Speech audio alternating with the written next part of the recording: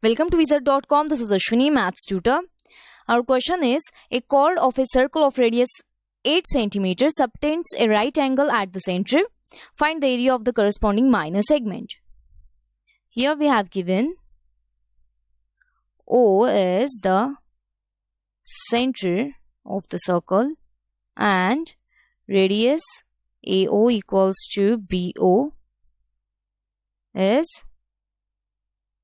8 centimeters. AB is a chord which subtends 90 degree at center O.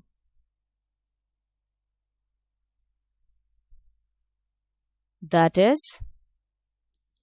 angle AOB is 90 degree.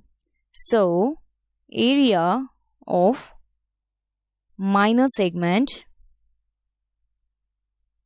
is given by area of sector AOB minus area of triangle AOP. That is, area of sector AOB is given by pi r square, that is pi into 8 divided by 4 minus half 0.5 into r square means 8 into 8. So after solving this, we get 50.265 minus 32, that is 18.26 square centimeters. So our correct option is option A.